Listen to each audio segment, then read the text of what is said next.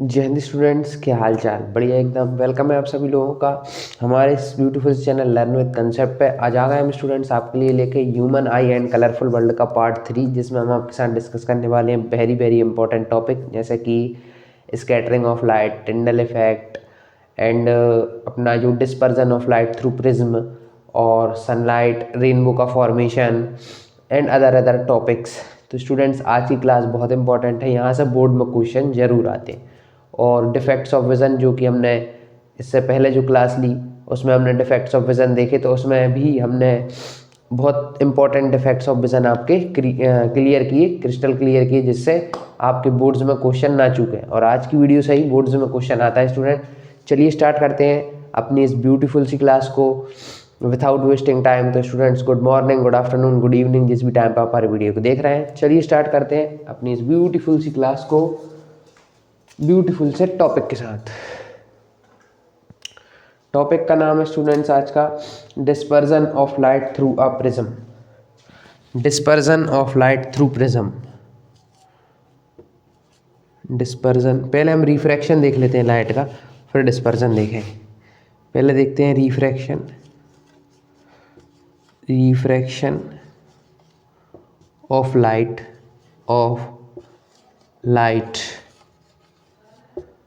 Through prism. अपन देखते हैं प्रिज्म से किस तरीके से लाइट रिफ्रैक्ट होती है।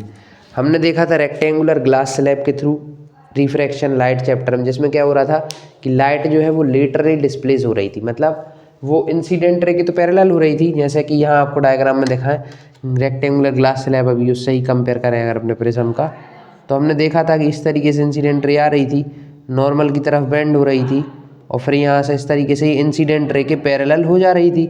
जब ये इंसिडेंट रे के पैरेलल हो रही थी तो हम देख रहे थे कि रियल पाथ लाइट का ये होता। तो यहाँ से यहाँ जो ये डिस्प्लेस हुई थी, इसको हम बोल रहे थे लेटरल डिस्प्लेसमेंट। मतलब रेक्टेंगुलर ग्लास स्लैब में हमें क्या देखने को मिला था, लेटरल डिस्प्लेसमेंट देखने को मिला था। अब स्टूडेंट्स हम डिस्कस करने वाले हैं प्रिज्म को। किसको? कि प्रिज्म में कैसे रिफ्रैक्शन होता है। चलिए इसको डिस्कस करते हैं, इस डायग्राम को रब करते हैं। ये तो हमने ऐसा आपको एक कंपैरिजन के लिए दिखा दिया कि प्रिज्म और रेक्टेंगुलर ग्लास में क्या है। पहले तो स्टूडेंट्स आपको एक प्रिज्म का डायग्राम यहाँ पे देते हैं। प्रिज्म एक ट्रायंगुलर शेप्ड है ग्लास प्रिज्म। इससे जब रिफ्रैक्शन होगा तो क्या होगा, ये आई इंसिडेंट रे, ये हुआ रिफ्रैक्शन, और ये हुआ फिर से रिफ्रैक्शन, ये हो गया फिर से रिफ्रैक्शन, लास्ट में फिर से रिफ्रैक्शन। ये आई इंसिडेंट रे, ये हो गई यहाँ पर नॉर्मल, ये हो गई यहाँ पर नॉर्मल। तो देखिए स्टूडेंट्स, पहले हम आपका डायग्राम बनाते हैं, फिर आपको बताते हैं कि क्या क्या इसमें होता है। एंगल ऑफ इंसिडेंस ये यहाँ बनेगा, angle of incidence, angle of emergence, angle of refraction, ये। चलिए अभी आपको बताते हैं पहले प्रिज्म क्या होता है। प्रिज्म एक ग्लास का बना है ना, ग्लास प्रिज्म है ये। इसके दिखाते हैं, इसका क्या है, आप इस तरीके से समझिए कि ये एक 3D स्ट्रक्चर होता है। तो इसमें देखिए क्या होता है कि मान लीजिए एक ट्रायंगुलर तो मैंने बोर्ड पे बना कर रखा, और आप एज्यूम करिए कि एक ट्रायंगुलर इसके टिप पे बना हुआ है। यहाँ पे एक ट्रायंगुलर है, ऐसा एक ट्रायंगुलर यहाँ पे बन रहा है, और बाकी यहाँ पे ये वाला सरफेस, ये वाला सरफेस और ये वाला सरफेस। इसमें क्या होता है, 3 सरफेस रेक्टेंगुलर होती हैं। एक ये सरफेस रेक्टेंगुलर, एक ये सरफेस रेक्टेंगुलर, एक नीचे से आने वाला सरफेस रेक्टेंगुलर। 2 सरफेस ट्रायंगुलर होते हैं, एक ये वाला और एक जो बोर्ड पर बना है वो। 2 सरफेस ट्रायंगुलर होते हैं, 2 surfaces are triangular and 3 surfaces are rectangular. हमारे प्रिज्म में 2 सरफेस ट्रायंगुलर होते हैं और 3 सरफेस रेक्टेंगुलर होते हैं स्टूडेंट्स। अब आपको बताते हैं कि क्या क्या हुआ इसमें। इसको नाम देते हैं पहले P, E, F, Q। इस तरीके से हमने इसको नाम दे दिया। जो PE है, PE वो हो जाएगी स्टूडेंट्स अपनी इंसिडेंट रे। इंसिडेंट रे हो जाएगी हमारी PE। अच्छा, जो EF है वो क्या हो गई, EF वो हो गई रिफ्रैक्टेड रे। रिफ्रैक्टेड रे कौन सी, EF। और जो FQ है, FQ वो हो गई स्टूडेंट्स अपनी इमरजेंट रे। कौन सी रे हो गई, इमरजेंट रे। वो हो गई इमरजेंट रे। तो 3 रे हुई, 3 एंगल है। I angle is equal to incidence, angle of incidence, angle of incidence हो जाएगा, जो कि हमने लाइट चैप्टर में बताया था। नॉर्मल के साथ इंसिडेंट रे का एंगल एंगल ऑफ इंसिडेंस कहलाता है। एंगल ऑफ रिफ्रैक्शन, रिफ्रैक्शन, और तीसरा E that is equal to angle of emergent, EMERGENT, emergent. 3 angle बनते हैं, IRE, angle of incidence, angle of refraction, angle of emergent. 3 ray बनती हैं, तीनों रे हमने आपको बता दी। अब देखिए एक बार एंगल ऑफ इंसिडेंस वगैरह को देख लें। ये यहाँ पर नॉर्मल है, इस नॉर्मल के साथ जो एंगल ये इंसिडेंट रे बना रही है वो क्या है, एंगल ऑफ इंसिडेंस। यहाँ पे ये एक नॉर्मल ड्रॉ हुई है, जो कि इमरजेंट रे के साथ एंगल बना रही है, वो हुआ एंगल ऑफ इमरजेंट। यहाँ पे ये रही रिफ्रैक्टेड रे, ये बीच में सेंटर में है ना, मिडिल में रिफ्रैक्टेड रे। ये रही नॉर्मल, नॉर्मल के साथ जो रिफ्रैक्टेड रे एंगल बना रही वो हो गया एंगल ऑफ रिफ्रैक्शन। और जो ए है स्टूडेंट्स, ए जो है वो है एंगल ऑफ प्रिज्म। क्या है, एंगल ऑफ प्रिज्म, ये होते हैं, एंगल ऑफ प्रिज्म होता है ए। Note this student. फिर अपन चलते हैं dispersion of light through prism, dispersion of light through prism.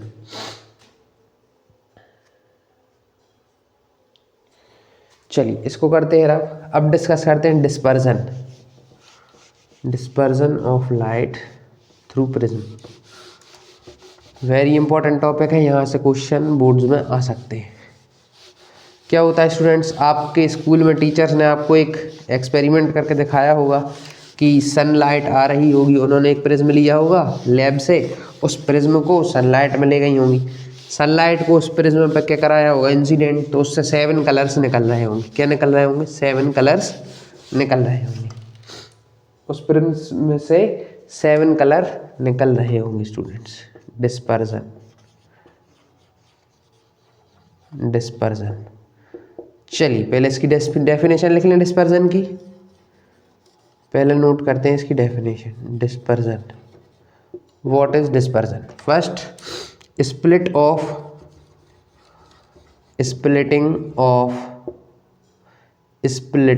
Of white light or sunlight.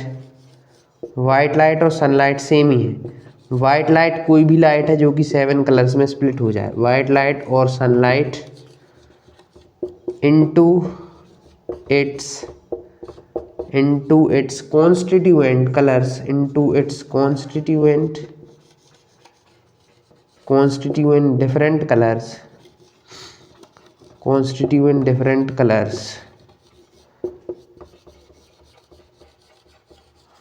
is called dispersion। पहले आप इस डेफिनेशन को नोट कीजिए, फिर हम आपको ये एक डायग्राम के थ्रू बताते हैं। इस कॉल्ड डिस्पर्जन की, डिस्पर्जन किसको कहते हैं? Dispersion is splitting of white light or sunlight into its constituent different colours is called dispersion. इसको अपन स्टूडेंट डिस्पर्जन कहते हैं। अच्छा एक और चीज़ लिख लीजिए, is called dispersion when it passes through glass prism. When it passes through glass prism, when it passes through glass prism, जब वो ग्लास प्रिज्म से पास होगी वाइट लाइट और सनलाइट तो वो डिस्पर्स हो जाएगी, डिवाइड हो जाएगी अलग अलग कलर्स में। और जो वो अलग अलग कलर्स हमें दिखाई देंगे उनका कुछ एक पैटर्न होता है, वो भी आपको लिखवाते हैं। पहले आप इतना नोट कीजिए डेफिनेशन ऑफ डिस्पर्जन। चलिए स्टूडेंट्स आपने इसको नोट कर लिया होगा, इसको करते हैं रब। तो डिस्पर्जन ऑफ लाइट का मतलब है कि वाइट लाइट और सनलाइट का अपने कॉन्स्टिट्यूएंट कलर में डिवाइड हो जाना, है ना, कॉन्स्टिट्यूएंट डिफरेंट कलर्स में डिवाइड हो जाना। कौन कौन से कलर होते हैं वो, कौन कौन से कलर होते हैं? अच्छा कॉन्स्टिट्यूएंट स्टूडेंट्स आप वहाँ पे एक डेफिनेशन वो लिख लीजिएगा, कॉन्स्टिट्यूएंट 7 कलर्स। कितने कलर्स? वहाँ पे मैं लिखवाना भूल गया तो आप ये यहाँ से लिख लीजिएगा। कॉन्स्टिट्यूएंट के बाद आप लिखना कॉन्स्टिट्यूएंट 7 डिफरेंट कलर्स, ये आप लिख लीजिए 7 डिफरेंट कलर्स, ये आप उस डेफिनेशन में ऐड कर लीजिएगा कॉन्स्टिट्यूएंट के बाद। चलिए अब आपको बताते हैं, ये था प्रिज्म, ये गई वाइट लाइट, जब ये वाइट लाइट गई यहाँ पर ड्रॉ हुई नॉर्मल, नॉर्मल की तरफ ये बेंड हुई 1 2 3 4 5 6 7, इस तरीके से 7 कलर में डिवाइड होती है और हमें एक बैंड देती है। क्या देती है? हमें एक बैंड देती है। यहाँ पे बैंड बनेगा, जिस बैंड को हम क्या कहते हैं? स्पेक्ट्रम। ये हमें क्या मिल गया स्टूडेंट्स? एक स्पेक्ट्रम मिल गया। इस स्पेक्ट्रम में सबसे ऊपर होता है रेड कलर, फिर होता है yellow, violet, indigo, blue, green, yellow, orange और रेड। 1 2 3 4 5 6 7। विबग्योर होती है, क्या होता है? विबग्योर, VIBGYOR, ये ट्रिक है, trick of 7 colours, trick of 7 colours. 7 colours जो है वो है विबग्योर। आप उन 7 कलर को याद करेंगे, VIBGYOR। वी से वायलेट, वी से वायलेट आपकी बुक में लिखे हुए हैं सारे कलर NCERT में। वी से वायलेट, I से इंडिगो, B से ब्लू, G से ग्रीन, Y से येलो, O से ऑरेंज, R से रेड। वी से वायलेट, V से वायलेट, I से इंडिगो, B से ब्लू, G से ग्रीन, Y से येलो, O से ऑरेंज, R से रेड। ये है ट्रिक। और ये जो स्टूडेंट्स अपन को यहाँ पे बैंड मिल रहा है, बैंड, उस बैंड को अपन कह रहे हैं स्पेक्ट्रम। क्या कह रहे हैं? स्पेक्ट्रम कह रहे हैं। इन 7 कलर्स का जो अपन को बैंड मिला उसको कहते हैं स्पेक्ट्रम। क्या कह देते हैं? स्पेक्ट्रम कह देते हैं। अच्छा स्टूडेंट्स, आपको एक चीज़ बताना भूल गया था वहाँ पे, जैसे इस रे को अगर अपन जैसे बढ़ा देते हैं, रेड को बढ़ा दें, रेड को बढ़ाया अपन ने, तो ये जो रेड लाइट जो गई ना स्टूडेंट्स यहाँ से, ये रेड लाइट का जो एंगल बनेगा इस रियल वाली इसके साथ, कि पहले कैसी आ रही थी, अगर ये इंसिडेंट ऐसी ही जाती रहती तो ये सीधी निकलती, लेकिन रिफ्रैक्शन हो गया तो ये लाइट ऐसी निकल गई, तो यहाँ बनता है angle D। D is equal to deviation. हम वहाँ पे आपको बताना भूल गए, रिफ्रैक्शन में एक बनता है डेविएशन का angle, angle of deviation, angle of deviation. अब हम आपको बताते हैं कि डेविएशन इनका होता कैसे। आप नोट कर लीजिए इसको, फिर हम आपको थोड़ा सा डेविएशन से रिलेटेड बताते हैं।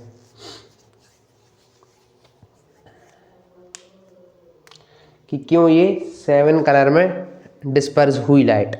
वाई दिस डिस्पर्जन, डिस्पर्जन हुआ तो हुआ क्यों? आपको डेफिनेशन में ये ऐड करना है कॉन्स्टिट्यूट के बाद 7 डिफरेंट कलर्स। आप इसको नोट कर लीजिए, फिर आपको बताते हैं why dispersion.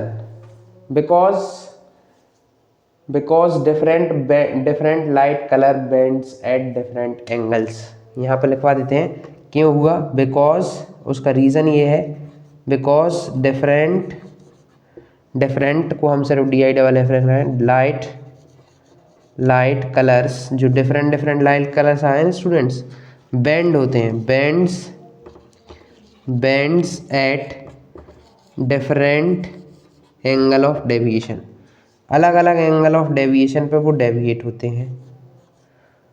Colours bends at different angle of deviation, अलग अलग एंगल ऑफ डेविएशन पे वो क्या होते हैं? बेंड होते हैं। इसलिए ये डिस्पर्जन हमें देखने को मिलता है। जैसे देखें तो रेड का अलग है, फिर हम यहाँ ब्लू से अगर बनाए तो यहाँ से फिर से एक रेज आएगी, है ना, तो ब्लू का अलग, ऑरेंज का अलग होगा, येलो का अलग होगा, ग्रीन का, वायलेट का। सबसे ज़्यादा डेविएशन किसका हुआ है? सबसे ज़्यादा डेविएशन हुआ है वायलेट का, और सबसे कम हुआ है रेड का। रेड का डेविएशन सबसे कम है और वायलेट का डेविएशन सबसे ज़्यादा है। चलिए इसको रब करते हैं और आपको लिखवाते हैं किसका डेविएशन ज़्यादा है किसका कम। आपने इसको नोट कर लिया होगा।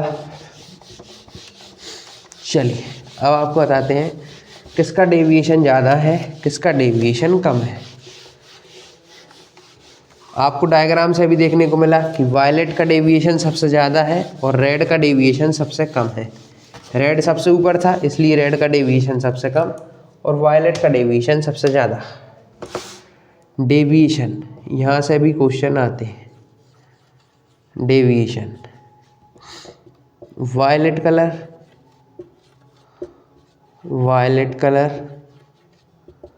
मैक्सिमम, रेड कलर का डेविएशन जो हुआ वो मिनिमम हुआ, सबसे कम हुआ। मिनिमम डेविएशन किसका? रेड कलर का, और मैक्सिमम डेविएशन किसका? वायलेट कलर का। Note this students, very important. Violet colour का डेविएशन सबसे ज़्यादा हुआ और रेड कलर का सबसे कम हुआ। चलिए अब आपको बताते हैं, और हम बता दें आपको कि प्रिज्म में 2 बार लाइट रिफ्रैक्ट हुई थी। 2 बार लाइट हुई थी, यानी एक बार पहले जब वो लाइट आई तब, और एक बार जाते समय।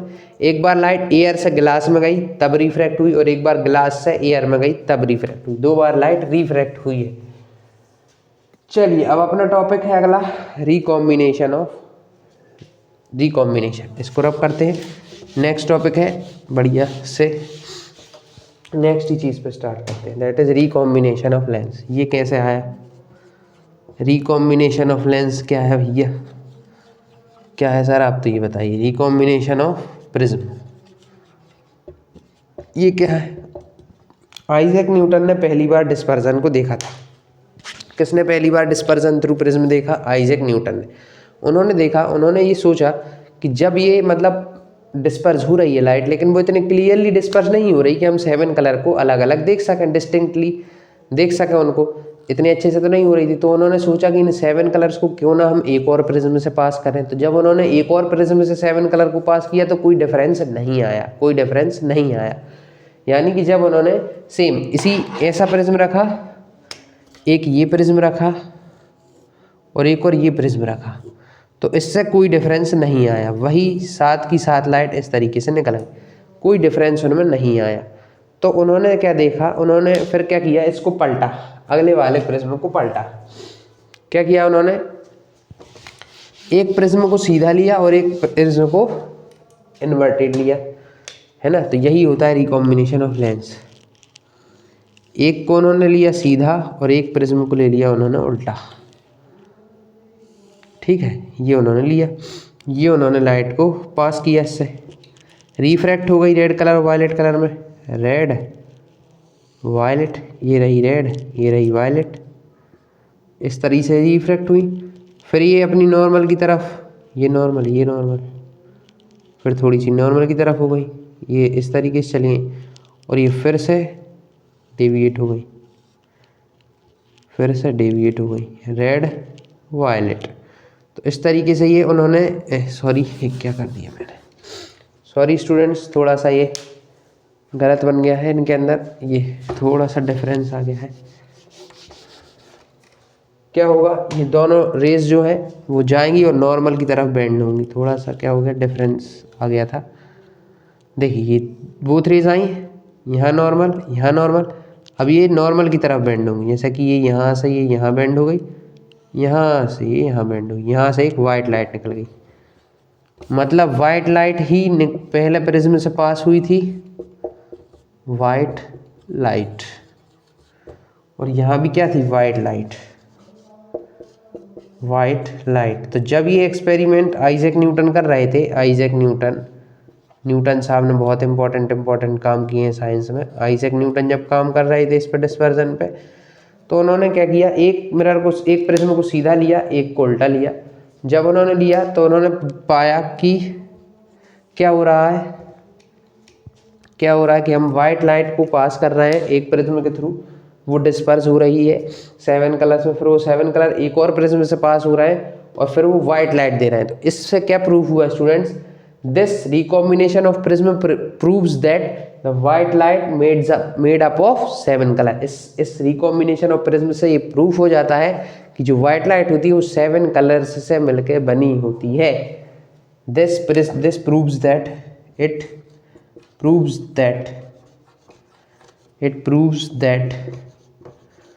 white light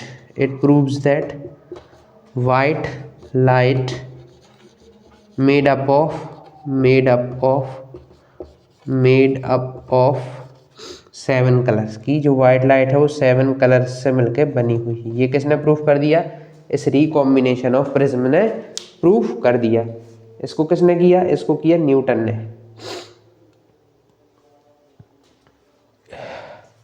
चलिए स्टूडेंट इसको नोट कर लीजिए। आप मेड अप ऑफ की जगह ये भी लिख सकते हैं, light is mixture of 7 colours, ये उसने प्रूव किया। चलिए अब एक ऐसा नेचुरल फेनोमेना देखते हैं जो कि डिस्पर्जन की वजह से ही होता है। आप इसको नोट कर लीजिए, आपने नोट कर लिया होगा, इसको करते हैं रफ। चलिए अब एक ऐसा नेचुरल फेनोमेना देखते हैं जो कि डिस्पर्जन ऑफ लाइट के ही वजह से हो रहा होता है,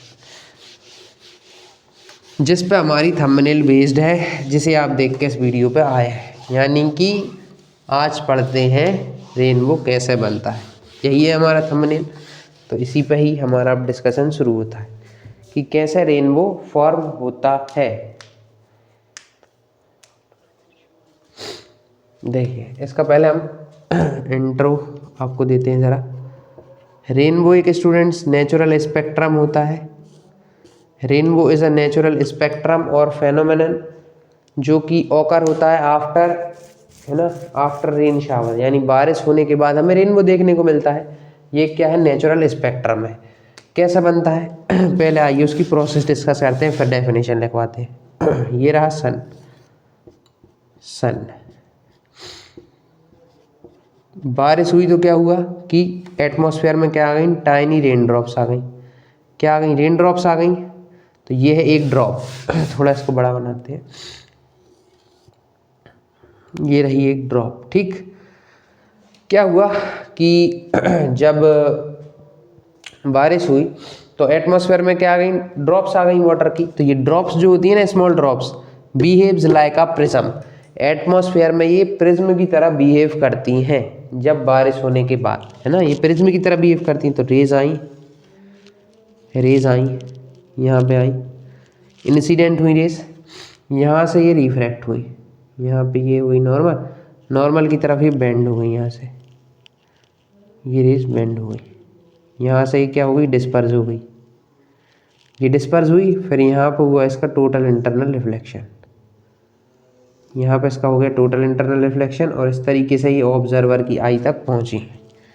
यहाँ पे एक ऑब्जर्वर है, उसकी ये आई रही, तो इस तरीके से ये कहाँ पहुँचेगी, ऑब्जर्वर की आई तक, और उसको यहाँ पे एक रेनबो दिखाई देने लगा। क्या दिखाई देने लगा, मतलब ये आगे बढ़ेगी ना तो यहाँ पे उसे एक रेनबो दिखाई देगा, रेनबो दिखाई देने लगेगा। क्यों दिया, क्या क्या हुआ इसमें, इसके स्टेप्स क्या क्या है मेन इंपॉर्टेंट। क्या हुआ कि जो जब बारिश हुई थी तो एटमॉस्फेयर में क्या आ जाती हैं, ड्रॉप्स आ जाती हैं। ये क्या है, water drops, tiny water drops behaves like prism. किसकी तरह बिहेव करने लगते हैं, प्रिज्म की तरह बिहेव करने लगते हैं ये वाटर। तो ये बारिश हुई तो पानी की बूंद थी नहीं एटमॉस्फेयर में, तो लाइट आई, डिस्पर्स हुई, यहाँ से टोटल इंटरनल रिफ्लेक्शन हुआ उसका, और फिर से रिफ्रैक्शन हुआ। तो इस प्रोसेस में स्टेप्स लिखते हैं। स्टेप्स क्या क्या हुआ, पहला क्या हुआ इधर पे, ये रह गई रिफ्रैक्शन हुआ। फर्स्ट क्या हुआ, रिफ्रैक्शन, पहला हुआ रिफ्रैक्शन। दूसरा क्या हुआ, दूसरा हुआ लाइट का डिस्पर्स यानी डिस्पर्जन। दूसरा क्या हुआ, डिस्पर्जन। तीसरा क्या हुआ, टोटल इंटरनल रिफ्लेक्शन हुआ। रिफ्लेक्शन हुआ ना कि नहीं हुआ, यहाँ ये लाइट आई, यहाँ से पढ़ के ये वापस चली गई, यहाँ से ये पढ़ के वापस ही हुई ना लाइट, तो दैट इज रिफ्लेक्शन। मतलब ये रेज आई, ये रेज गई, तो यहाँ पे क्या हुआ, रिफ्लेक्शन हुआ। तो टोटल इंटरनल रिफ्लेक्शन, और फोर्थ स्टेप क्या हुई, रिफ्रैक्शन। फोर्थ स्टेप फिर से क्या हुई, रिफ्रैक्शन। नोट दिस स्टूडेंट्स, पहले क्या हुआ, इंसिडेंट रे आई, पहले उसका क्या हुआ, रिफ्रैक्शन हुआ। पहले क्या हुआ, रिफ्रैक्शन, यहाँ से रिफ्रैक्ट हुई, रिफ्रैक्ट होने के बाद उसका क्या हुआ, डिस्पर्जन। वो 7 कलर्स में डिस्पर्स हो गई।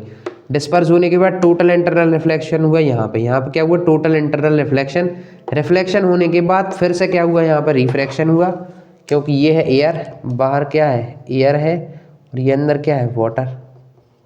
तो क्या हुआ, फिर से लास्ट में जाते जाते फिर से क्या हुआ, रिफ्रैक्शन होने के बाद वो आई तक पहुंची ऑब्जर्वर की, और क्या देखा उसे, रेनबो दिखाई दिया। 4 स्टेप्स होती हैं, पहला रिफ्रैक्शन, दूसरा डिस्पर्जन, तीसरा टोटल इंटरनल रिफ्लेक्शन, चौथा फिर से रिफ्रैक्शन। इस प्रोसेस के थ्रू रेनबो बनता है। Note this students, very important. Rainbow क्या है? एक नेचुरल फेनोमेनन है।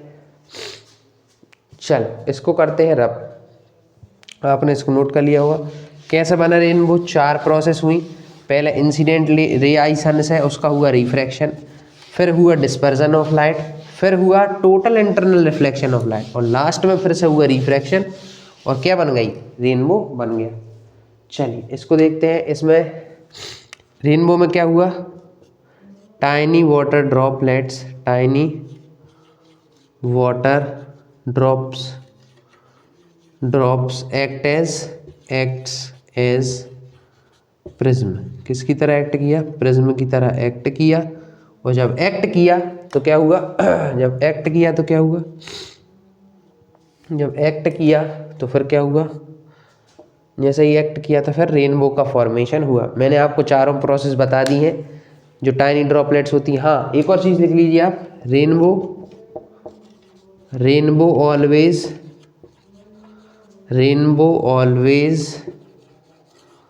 forms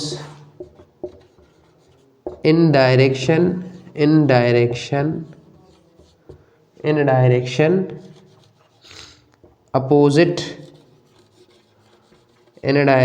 opposite to what? opposite to sun। हमेशा सन से अपोजिट डायरेक्शन में ही रेनबो बनता है, अपोजिट डायरेक्शन में ही बनता है। और form by process of dispersion. हुआ तो डिस्पर्जन ही है, लेकिन 4 प्रोसेस में हुआ। पहले क्या हुआ? पहले हुआ उसका व्हाट? पहले उसका हुआ रिफ्रैक्शन, फिर उसका हुआ डिस्पर्जन, तीसरा हुआ टोटल इंटरनल रिफ्लेक्शन, चौथा हुआ रिफ्रैक्शन। इन 4 प्रोसेस के थ्रू रेनबो बना। आप इसकी जो आंसर है मैं आपको डिस्क्रिप्शन में नोट्स प्रोवाइड कर दूंगा इन टॉपिक्स के, जिससे कि आप वहाँ से नोट्स नोट कर सकते हैं आपकी कॉपीज़ में। ये तो आप नोट कीजिए, आपको नोट्स डिस्क्रिप्शन बॉक्स में मिल जाएंगे, वहाँ से आप आपके नोट्स बना लीजिए, जिससे आप आंसर लिख पाएंगे what is rainbow. Note this student. फिर चलते हैं next, that is atmospheric refraction. अब डिस्कस करते हैं atmospheric refraction. Next topic is atmospheric refraction, कि एटमॉस्फेयर कैसे रिफ्रैक्शन करता है। चलिए देखते हैं। एटमॉस्फेरिक रिफ्रैक्शन से भी हमारे 2-3 क्वेश्चन फॉर्म होते हैं, ट्विंकलिंग ऑफ स्टार वाला, और ट्विंकलिंग ऑफ स्टार, और कौन सा फॉर्म होता है? एक तो ट्विंकलिंग ऑफ स्टार ही है, दूसरा है एटमॉस्फेरिक रिफ्रैक्शन का advance sun rays, sunrise and delayed sunset. चलिए एटमॉस्फेरिक रिफ्रैक्शन है next topic is atmospheric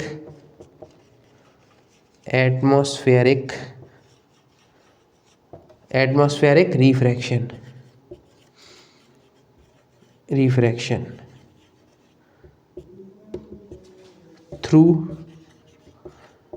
through different layers of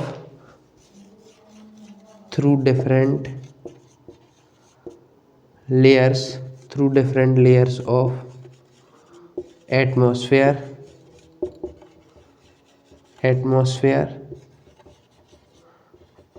with different densities, with different refractive indexes,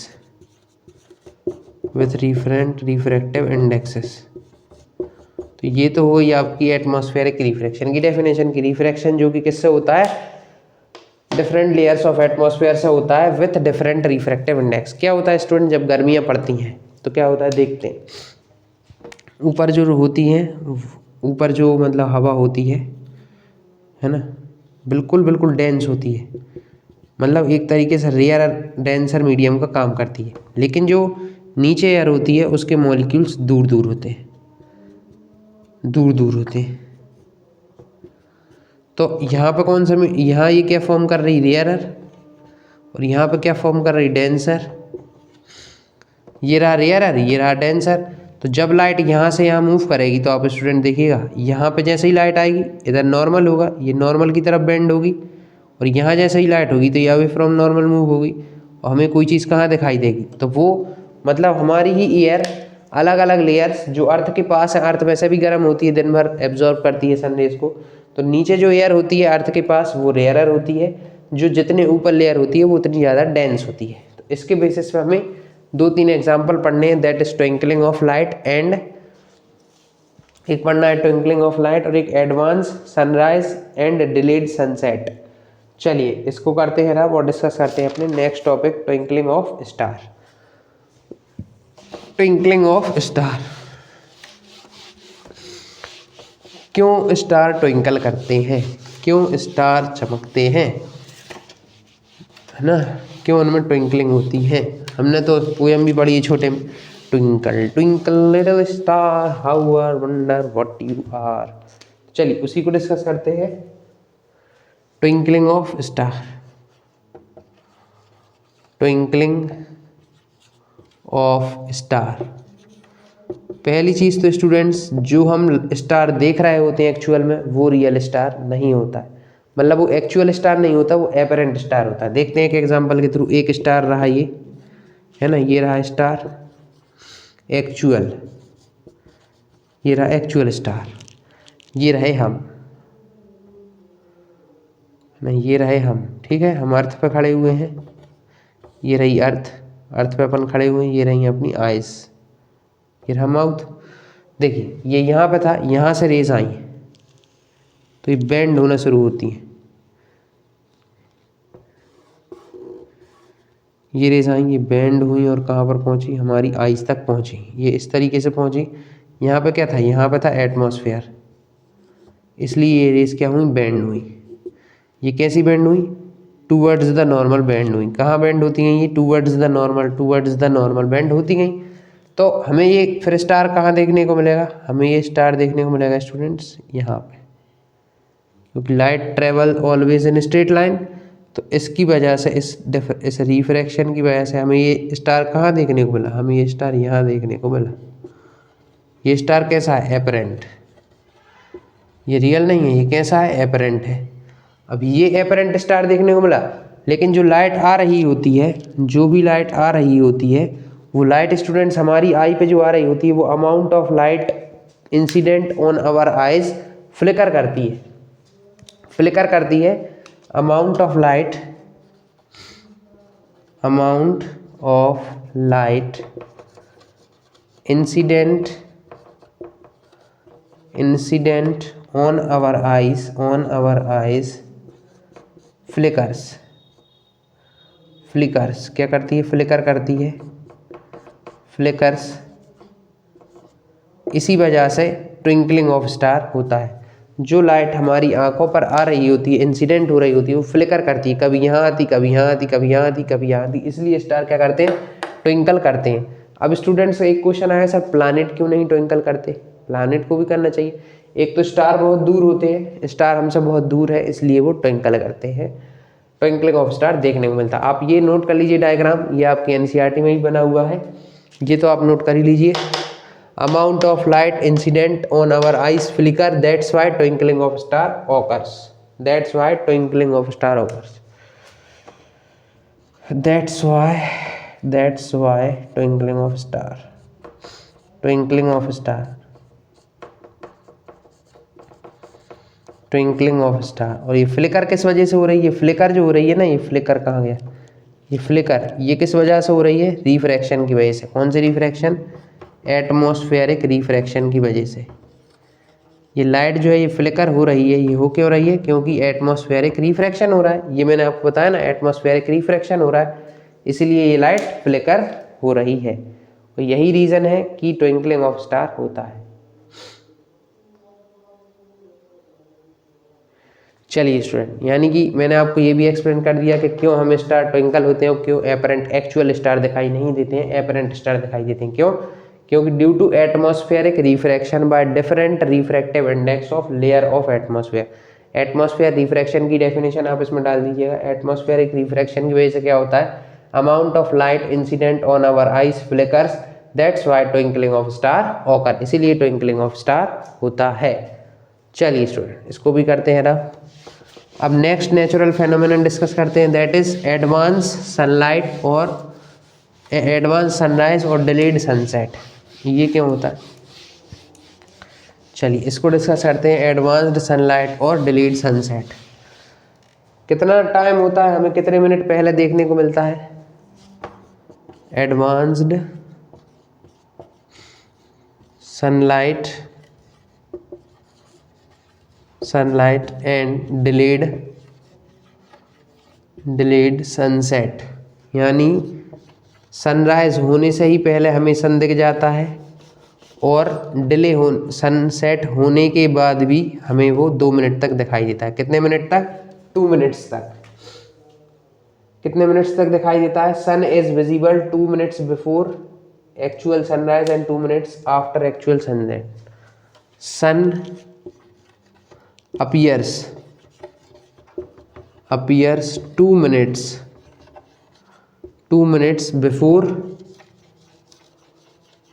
actual sunrise. Actual sunrise के 2 minute पहले दिखाई देता है actual sunrise, and 2 minutes after actual sunset, यानी 2 minute का gap होता है। एक्चुअल सनसेट 2 मिनट तक बाद तक हमें सन दिखाई देता रहता है और 2 मिनट पहले वो हमें दिखने लगता है। ये रही हमारी अर्थ। इसको एक डायग्राम के थ्रू बताते हैं। ये रहा यहाँ पर सन। सनराइज के लिए इस तरफ देखते हैं, सनसेट को उस तरफ देखेंगे। थोड़ा अर्थ को और बड़ा ले लेते हैं। ये रही अर्थ। ये खड़े हैं आप, मैं नहीं खड़ा हूँ, ये आप खड़े हैं। आप पढ़ रहे हैं तो आप देख रहे हैं इसको, ठीक है? बढ़िया स्माइल करते हुए आप यहाँ खड़े। मान लीजिए रामू खड़ा हुआ है। कौन खड़ा हुआ है? रामू।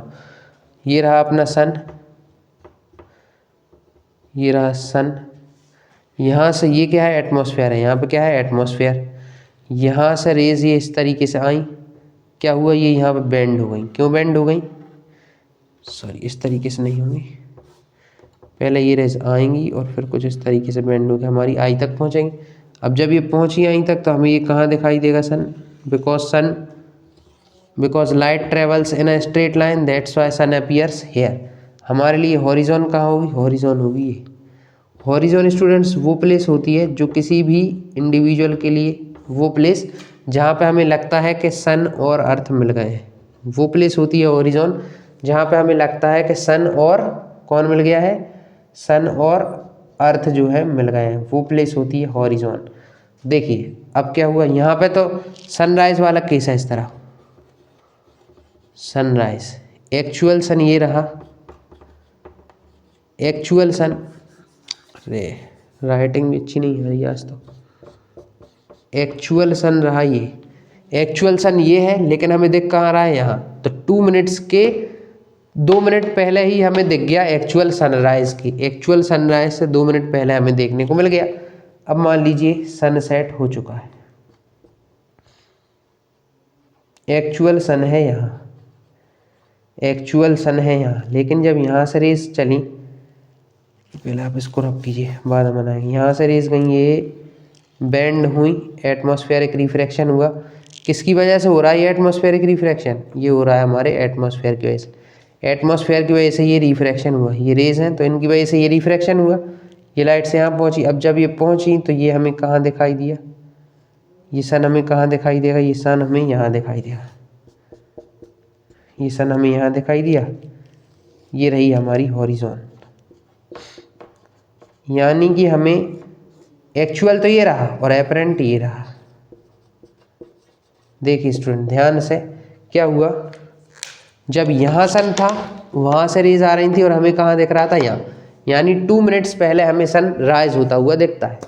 2 मिनट तक बाद भी, यानी एक्चुअल सनसेट तो हो चुका, सन जा चुका, लेकिन हमें वो तब भी दिखाई देता है। क्यों दिखाई देता है? Because of atmospheric refraction. Atmospheric refraction से 2 मिनट पहले हमें एक्चुअल सनराइज से सन दिखता है और 2 मिनट बाद तक एक्चुअल सनसेट से हमें सन दिखता है। तो सनराइज के पहले और सनसेट के बाद हमें सन दिखाई देता है। किसकी वजह से? Atmospheric refraction. क्या काम कर रहा है? एटमॉस्फेरिक रिफ्रैक्शन, है ना। आपको इनकी डेफिनेशंस डिस्क्रिप्शन बॉक्स में नोट्स में मिल जाएंगी। आप बस डायग्राम बना लीजिए जिससे कि आपको क्लैरिटी हो जाए। चलिए स्टूडेंट्स, आपने इसको भी नोट कर लिया होगा। अब डिस्कस करते हैं next topic, that is scattering of light. चलिए स्टूडेंट, इसको आप नोट कर लिया होगा, इसको करते हैं अब नेक्स्ट टॉपिक है स्कैटरिंग ऑफ लाइट, और फिर उससे रिलेटेड कुछ नेचुरल फेनोमेनन है, जैसे why sky appears blue and why sky appears blue, और एक और क्या है, दूसरा है why traffic signals made red and why dangerous signals made red in colour, और क्या होता है, why the sun at sunrise and sunset appears red, reddish क्यों दिखाई देता है। तो ये सब है स्कैटरिंग के।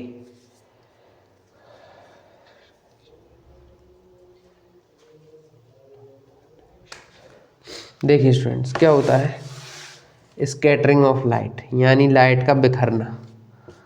स्कैटरिंग ऑफ लाइट, इसकी डेफिनेशन होगी स्प्रेडिंग और बेंडिंग ऑफ लाइट, स्प्रेडिंग और bending of light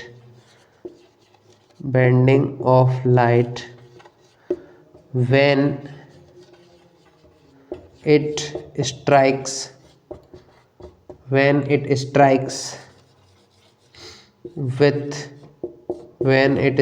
with small particles in air, in atmosphere or air, small particles in air, यानी कि जब भी लाइट आएगी एटमॉस्फेयर में, तो वो एयर के पार्टिकल से आके टकराएगी।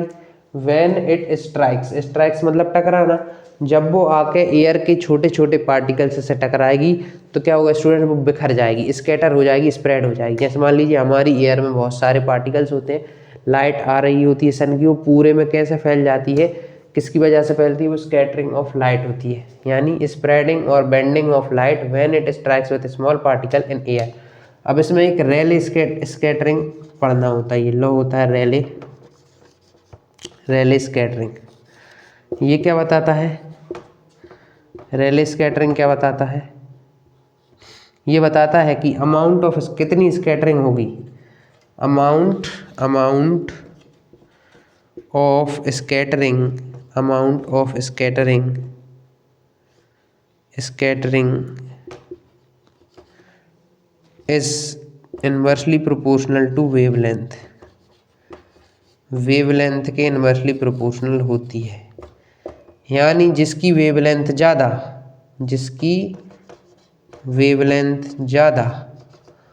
उसकी स्कैटरिंग कम, वो कम स्कैटर होगी, स्कैटरिंग लेस।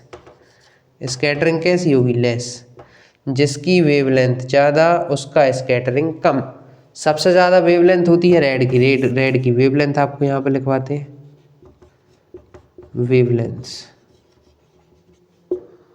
वेवलेंथ क्या है, मैक्सिमम होती है रेड की वेवलेंथ, मैक्सिमम होती है रेड की, और मिनिमम होती है वायलेट की, वायलेट और ब्लू की, इनकी होती है मिनिमम, मैक्सिमम होती है रेड की। इसलिए जो है वेवलेंथ, इसलिए रेड लाइट सबसे कम स्कैटर होती है, और इसीलिए उसको अलग अलग जगहों पे यूज़ किया जाता है। डेंजर साइन में ट्रेन के पीछे रेड लाइट जल रही होती है, क्यों, क्योंकि दूर से भी हमें वो दिख जाए, क्योंकि वेवलेंथ ज़्यादा है तो स्कैटरिंग कम से कम होगी। ऐसा ही जब सन राइज होता है या सनसेट होता है तो हमें सन रेड क्यों दिखता है, क्योंकि वो सबसे ज़्यादा दूर होता है हमसे, सबसे ज़्यादा दूर कब होता है सन, जब सनराइज और सनसेट होता है, इसलिए वो हमें कैसा दिखाई देता है, रेड, क्योंकि रेड लाइट की सबसे कम स्कैटरिंग होती है, क्योंकि सबसे ज़्यादा वेवलेंथ होती है। आप इसको नोट कीजिए। फिर हम आपको बताते हैं Tyndall effect. What is Tyndall effect.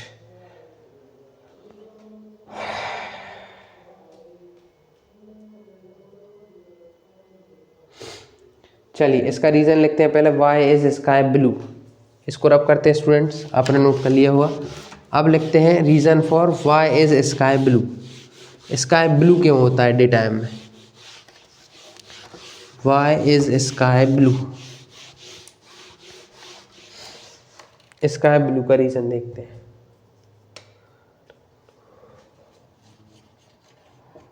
Y is sky blue, sunlight contains all colors। ये तो मैं आपको रीज़न ही लिखवा देता हूँ पूरा। Sunlight contains all colours but blue colour has less wavelength.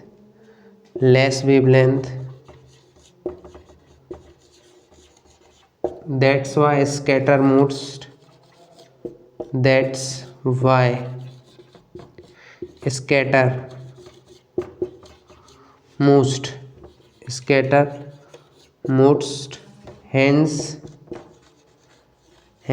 sky appears blue। और इसलिए हमें स्काई कैसा दिखाई देता है?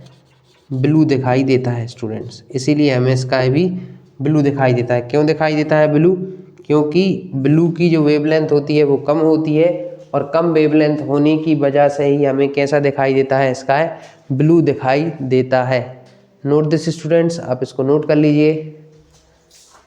जब तक इंक में थोड़ी सी ना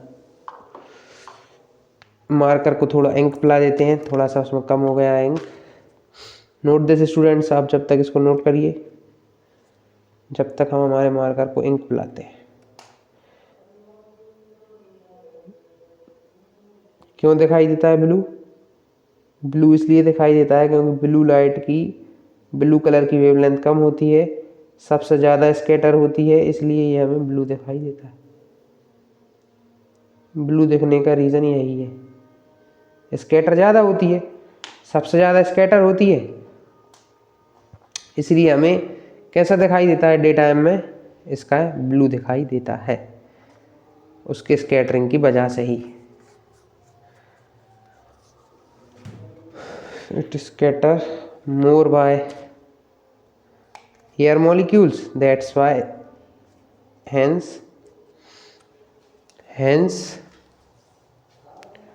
या आप मोस्ट की जगह मोर भी लिख सकते हैं आप, मोर। हेंस स्काई अपीयर्स ब्लू, इसलिए हमें स्काई ब्लू दिखाई देता है।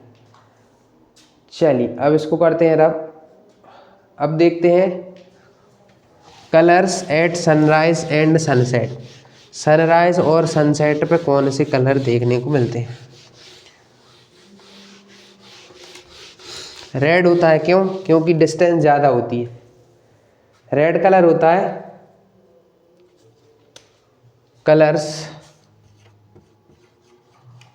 Colours at sunrise and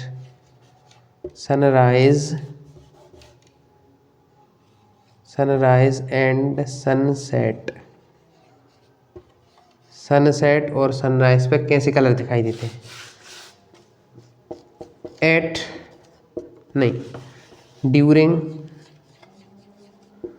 during sunrise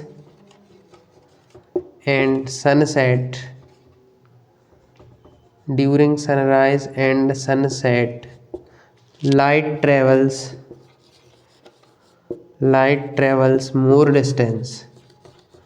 light travels more distance to reach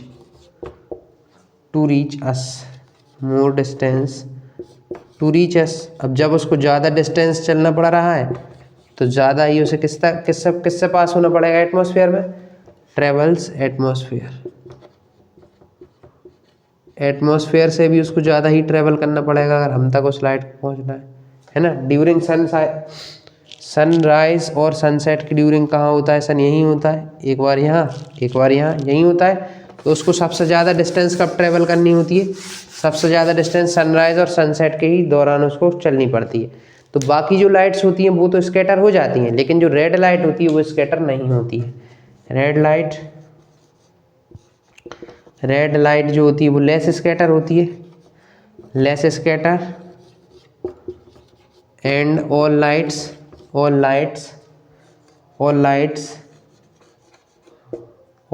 और colour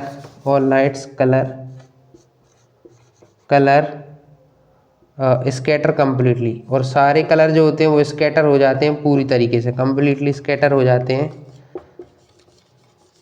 that's why scatter completely. That's why reddish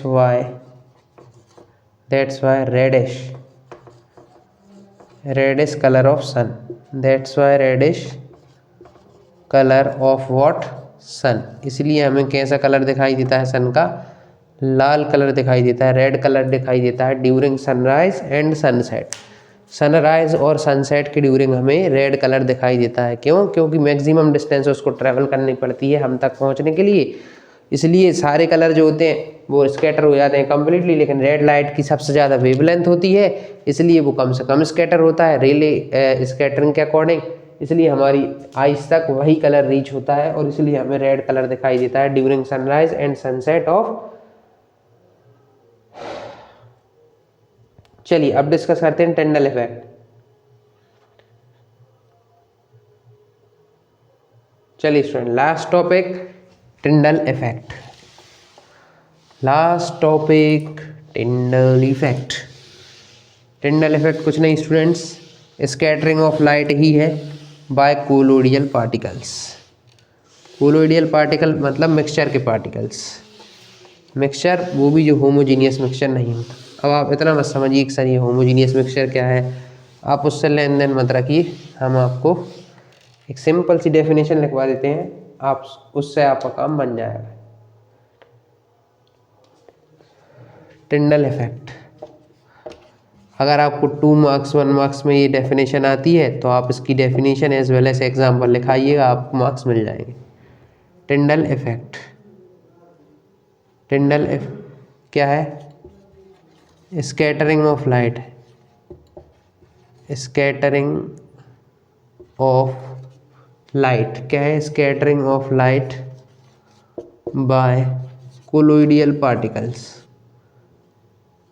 bye colloidal particles. Colloidal particle जो कि हमारे atmosphere में प्रेजेंट होते हैं एयर, उसकी वजह से ये हो रहा होता है. इसी की वजह से because of this path of light appears. Because of this path of light, जो पाथ है ना लाइट का वो हमें अपीयर होता है कि ये लाइट आ रही है. आपने देखा वो गेट के थ्रू लाइट आ रही होती है अपने गेट्स के थ्रू, या गांव पे देखते हैं तो कबेलू वाली छत होती है तो वहाँ से एक छोटी सी पतली सी रे आती है लाइट की. तो जो पाथ ऑफ लाइट अपीयर होता है वो किसकी वजह से होता है? इसी की वजह से होता है. Because of this path of light appears. इसी की वजह से ही पाथ ऑफ लाइट अपीयर होता है. एग्जाम्पल है यहाँ पे 2. Scattering of light. Sunlight passes through a dusty room और लाइट बीम इन फॉग और स्मोक.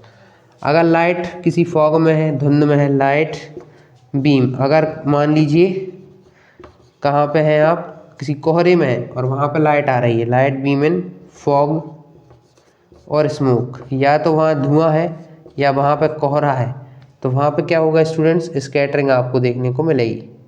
वैसे जिस दिन कोहरा होता है उस दिन लाइट कहाँ निकलती है, मतलब सनलाइट आती नहीं है ना, कम ही सनलाइट रहती है उस दिन जिस दिन कोहरा रहता है.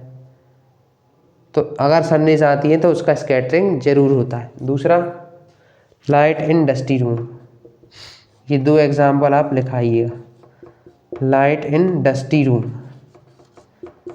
डस्टी रूम, जो लाइट डस्टी रूम में वो स्कैटर होना, और लाइट बीम इन फॉग और स्मोक वो स्कैटर होना, ये दोनों ही टिंडल इफेक्ट के एग्जाम्पल है. Tyndall effect is what? Scattering of light by colloidal particles. चलिए स्टूडेंट्स, यहीं पे होता है अपना ये chapter 10 class 10th finish. Note कर लीजिए आप इसको.